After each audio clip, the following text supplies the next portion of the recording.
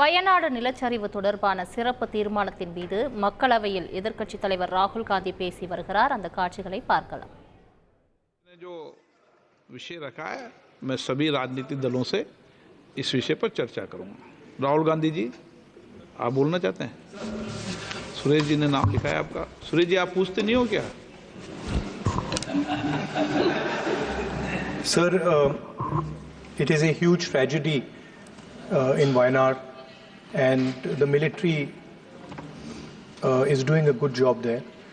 I think it's very important that we support the people of Wayanad, that we give them as much support as is possible, and I'd request the government to help the people of Wayanad in this difficult time. I think this is the second time this tragedy has taken place. This took place 5 years ago, and it is quite clear that this area has a ecological issue, so this should be looked into, and whatever high-tech solution can be brought forward, that would be good. Thank you, sir. विशेषर Hegde जी. तेजस्वी जी. तेजस्वी. अच्छा, आप कोई प्रश्न पूछना चाहते हैं? இது குறித்த கூடுதல் தகவலை செய்தியாளர் ரமேஷ் வழங்க கேட்கலாம். ரமேஷ் வணக்கம். தற்போது வயநாடு நிலச்சரிவு தொடர்பான சிறப்பு தீர்மானத்தின் மீது மக்களவையில் எதிர்க்கட்சித் தலைவர் ராகுல் காந்தி பேசி வரும் கருத்துக்கள் என்னென்ன, அது தொடர்பான முழு விவரங்களை சொல்லுங்க. கேரள மாநிலம் வயநாட்டில் பல்வேறு இடங்களில் நேற்று ஏற்பட்ட நிலச்சரிவில் 190க்கும் மேற்பட்டோர் தற்போது வரை உயிரிழந்திருப்பதாக தகவல் கிடைத்து வருகிறது. மீட்பு மற்றும் நிவாரணப் பணிகள் துரிதமாக நடைபெற்று வருகின்றன. இந்த நிலையில் வயநாடு நிலச்சரிவு சம்பவம் தொடர்பாக நாடாளுமன்றத்தின் இரு அவைகளிலும் இன்று சிறப்பு கவன ஈர்ப்பு தீர்மானத்தின் மீதான விவாதம் நடைபெற்றது. காலிங் அட்டென்ஷன் மோஷன் என்று ஆங்கிலத்திலே சொல்வார்கள். மாநிலங்களவையில் இன்று காலை இது தொடர்பாக விவாதம் நடைபெற்ற நிலையில் மக்களவையில் தற்போது அது தொடர்பாக சிறப்பு கவன ஈர்ப்பு தீர்மானத்தின் மீதான விவாதம் நடைபெற்று வருகின்றது.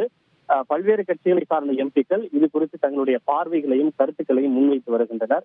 காங்கிரஸ் கட்சியை சேர்ந்த KC வேணுகோபால், கேரள மாநில MP NK பிரேமச்சந்திரன், பாஜக MP தேஜஸ்வி சூர்யா உள்ளிட்ட பலரும் தங்களுடைய கருத்துக்களை தெரிவித்திருந்த நிலையில் வயநாடு தொகுதியினுடைய முன்னாள் MPயும் எதிர்க்கட்சி தலைவருமான ராகுல் காந்தி சற்று முன்னதாக உரையாற்றினார்.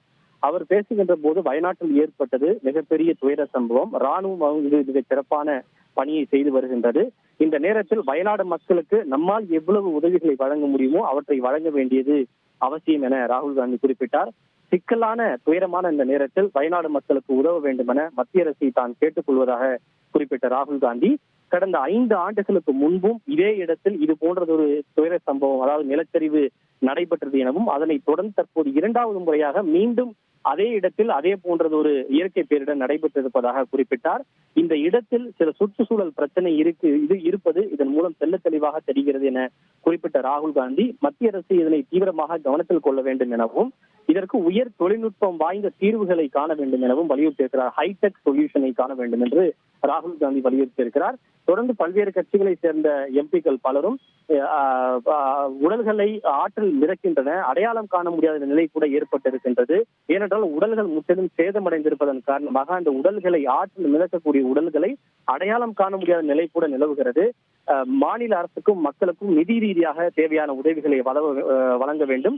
எதிர்காலத்தில் இது போன்ற சம்பவங்கள் பேரிடர்கள் நடைபெறாதவாறு உறுதியான நடவடிக்கைகளை எடுப்பதோடு சேதங்கள் இந்த அளவுக்கு அதிகமாக இருக்காத வகையில் தேவையான முன்னெச்சரிக்கை நடவடிக்கைகளை எடுக்க வேண்டும் எனவும் பல்வேறு கட்சிகளை சார்ந்தவர்கள் தொடர்ந்து தங்களுடைய கருத்துக்களை முன்வைத்து வருகின்றனர். விரிவான தகவல்களுக்கு நன்றி ரமேஷ்குமார். செய்திகளை உடனுக்குடன் தெரிந்து கொள்ள உடனே சப்ஸ்கிரைப் பண்ணுங்க.